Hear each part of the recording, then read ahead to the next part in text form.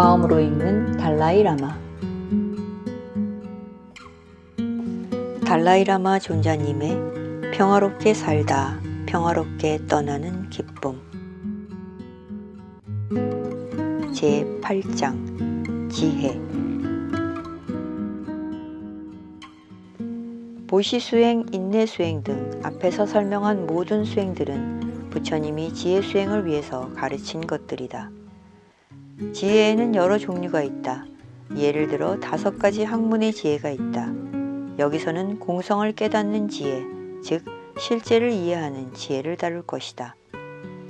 인도의 위대한 불교학자인 나가르주나는 다음과 같이 말했다. 연기법과 공성이 중간으로서 동일한 의미라고 훌륭히 가르친 부처님께 귀의합니다. 부처님은 육체와 말씀과 생각에 있어 훌륭한 품성을 갖고 있다. 이 개송에서는 지혜의 측면에서 부처님을 찬탄하고 있는 것이다. 즉 공성과 연기법과 중관이 동일한 의미라고 정확히 깨달은 부처님의 지혜를 말하고 있다. 그렇게 말하는 데는 중요한 이유가 있다. 연기법, 즉 의존적 발생법에 대한 가르침은 방대한 의미를 담고 있다. 일반적으로 모든 것은 다른 요소와 조건들에 의존해서 생겨난다. 예를 들어 우리가 경험하는 행복과 고통은 특정한 원인들에 의존해서 일어난다. 우리가 행복을 원하기 때문에 행복의 원인을 알아내서 그것을 실행해야 한다. 우리가 고통을 원치 않기 때문에 고통의 원인을 알아내서 그것들을 없애야 한다. 그것이 4가지 고귀한 진리, 사성제에 대한 가르침이다. 부처님이 깨달음을 얻고 나서 처음으로 설법한 것이 고짐멸도라는 4가지 고귀한 진리이다. 즉, 고통이 있다. 고통을 만드는 원인이 있다. 고통을 소멸시키는 것이 가능하다. 고통을 소멸시킬 수 있는 방법이 있다는 것이다. 우리가 실제로 원하는 것은 행복이다. 우리가 윤회 세계에 머무는 동안에 경험하는 행복도 분명히 행복이기는 하지만 그 행복은 영속적이지 못하다. 우리가 정말로 요구하는 것은 영원한 행복이다. 고통에서 완전히 벗어나는 것이야말로 영원하고 믿을 만한 행복이다. 우리가 얻고 싶어 하는 것은 그런 행복이며 그것을 얻도록 도와주는 것이 수행이다. 사물은 그것의 원인에 의해 생겨나기 때문에 불교 경전에는 원인 없이 자체적으로 존재하면서 행복과 고통을 경험하는 나라는 것은 전혀 언급되지 않는다. 그 자체로서 독립적으로 존재하는 우주의 창조자라는 것도 주장하지 않는다. 본래부터 존재하는 나나 창조자가 있다고 주장하는 것은 연기법과 모순이다. 사물은 그것의 원인에 의존해서 생겨난 것에 불과하다는 것이 연기법이다.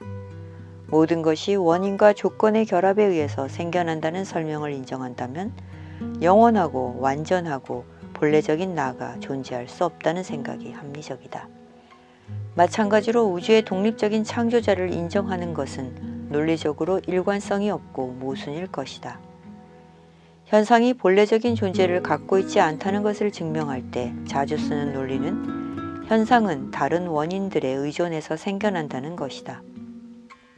현상은 그것을 구성하고 있는 부분에 의해 존재하고 그 현상에게 이름을 붙인 생각에 의해서 존재한다. 하지만 사물들이 본래적인 존재를 결여하고 있다는 사실은 그 사물들이 전혀 존재하지 않는다는 의미는 아니다. 사물들이 존재하게 된 것은 많은 요소들이 결합했기 때문이다. 사물들이 많은 요소들의 결합에 의해서 생겨나기 때문에 사물은 독립성이 없고 본래적인 존재를 갖고 있지 않은 것이다. 이 개송의 요점은 공성이 연기법을 의미한다는 것을 보여준 것이다. 공성을 연기법이라고 이해한다면 허무주의에 떨어지지 않을 것이다. 또한 사물이 그것의 원인에 의해서 생겨난다고 말할 때는 그 사물이 자체적인 존재를 갖고 있지 않다는 것을 이해한다는 것이고, 그렇게 이해하면 극단적인 절대주의에 빠지지 않는다. 중관은 양극단을 피한 중도의 견해라는 뜻이다. 그러므로 공성과 연기법과 중관을 모두 동일한 의미라고 가르친 것이다. 모든 현상들은 본래적인 존재를 결여하고 있기 때문에 우리 마음을 괴롭히는 번뇌는 마음이 본래부터 갖고 있는 품성이 아닌 것이다. 번뇌는 본래부터 마음에 존재했던 것이 아니다. 번뇌는 부정적인 생각을 한 결과로 생겨났기 때문에 제거될 수 있다.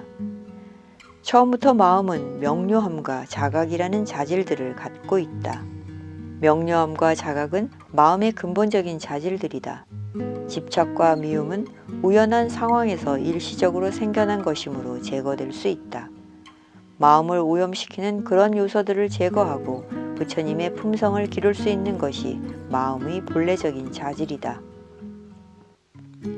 부처님을 따르던 사람들의 정신적 기질과 관심은 다양했다. 그 점을 염두에 둔 부처님은 청중의 다양한 수준에 맞춰서 가르쳤다. 그래서 부처님의 가르침을 모아놓은 다양한 경전들 속에는 겉으로 보면 서로 다른 의미처럼 보이는 내용들이 있다. 따라서 부처님의 가르침을 뜻이 명백한 가르침인 요의경과 해석이 필요한 가르침인 미요의경이라는 두 범주로 분류할 수 있다. 글자 뜻 그대로 명백히 이해할 수 있는 가르침을 들으면 부처님이 사물의 궁극적인 존재 상태를 어떻게 생각했는지를 알 수 있다. 지혜의 보물이라는 경전에는 해와 달의 크기를 우주의 중심축이라는 메루산, 수미산의 반쯤 되는 것으로 비유하는 예가 나온다. 그 크기는 예전의 용어로 쓰여 있지만 요즘으로 치면 640km쯤 된다. 이 경전이 말하고 있는 해와 달은 요즘 과학자들이 측정하는 것과 동일한 해와 달이다. 그 경전에서 주장하는 내용은 현대의 과학적 도구를 사용해서 측정한 사실과 일치하지 않는다. 우리는 과학적 지식과 어긋나는 경전의 내용을 옹호할 수는 없다. 경전에 쓰여 있는 어떤 내용을 우리가 진정한 스승으로 여기는 부처님이 가르쳤다 해도 그 내용이 논리적으로 설득력이 없으면 그것을 글자 뜻 그대로 받아들일 수는 없다.